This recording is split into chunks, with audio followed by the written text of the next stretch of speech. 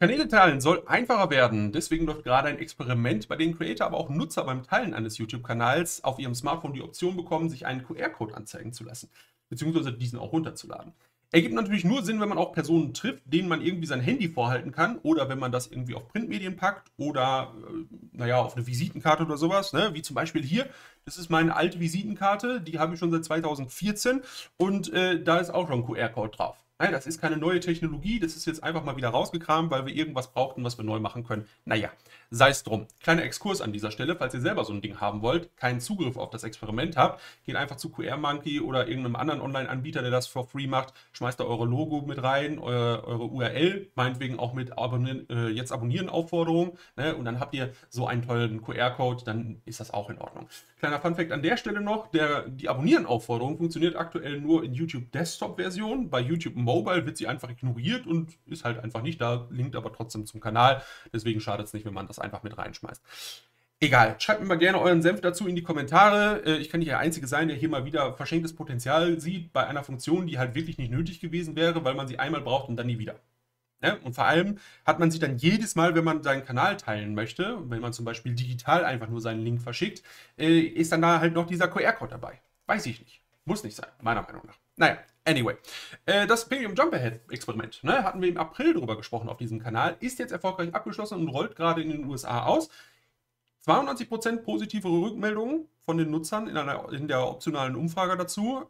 Sie scheinen sehr zufrieden gewesen zu sein. Es gibt keine statistisch signifikanten Veränderungen bei der Wiedergabezeit, bei den Inhalten, wo halt übersprungen wurde. Entsprechend hört sich das alles erstmal ganz gut an. Leider fehlende Transparenz. YouTube hat den Datensatz nicht öffentlich zur Verfügung gestellt, deswegen Quelle Trust Me Bro.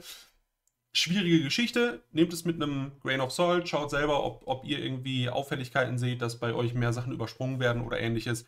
Und ja, eine gute Sache kommt noch dabei rum, wenn ihr als Creator keinen Premium-Account habt und trotzdem in eure eigenen Videos reingeht, werdet ihr dieses Feature trotzdem sehen.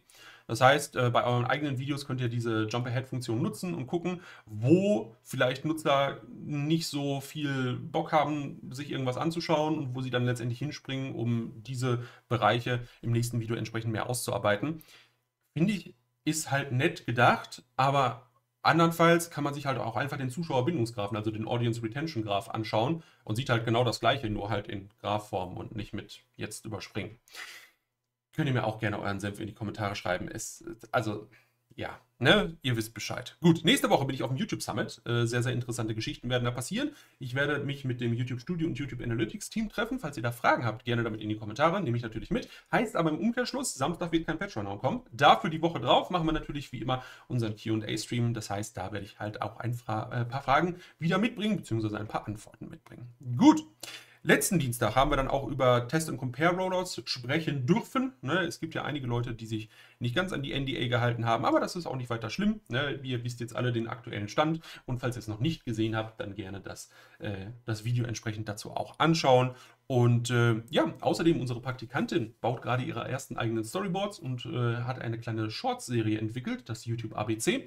Und wenn ihr da mal reinschaut und konstruktives Feedback da lasst, das wäre natürlich fantastisch, denn dann kann sie auch mal sehen, wie der ganze Kram, den sie so entwickelt, bei den Zuschauern ankommt. Würde mich auf jeden Fall interessieren und sie wahrscheinlich auch. Und entsprechend vielen lieben Dank fürs Einschalten. Wir sehen uns dann spätestens im Q&A-Stream übernächste Woche, ne? Also in 10 Tagen ungefähr. Und ich würde sagen, bis dahin macht's gut und haut rein.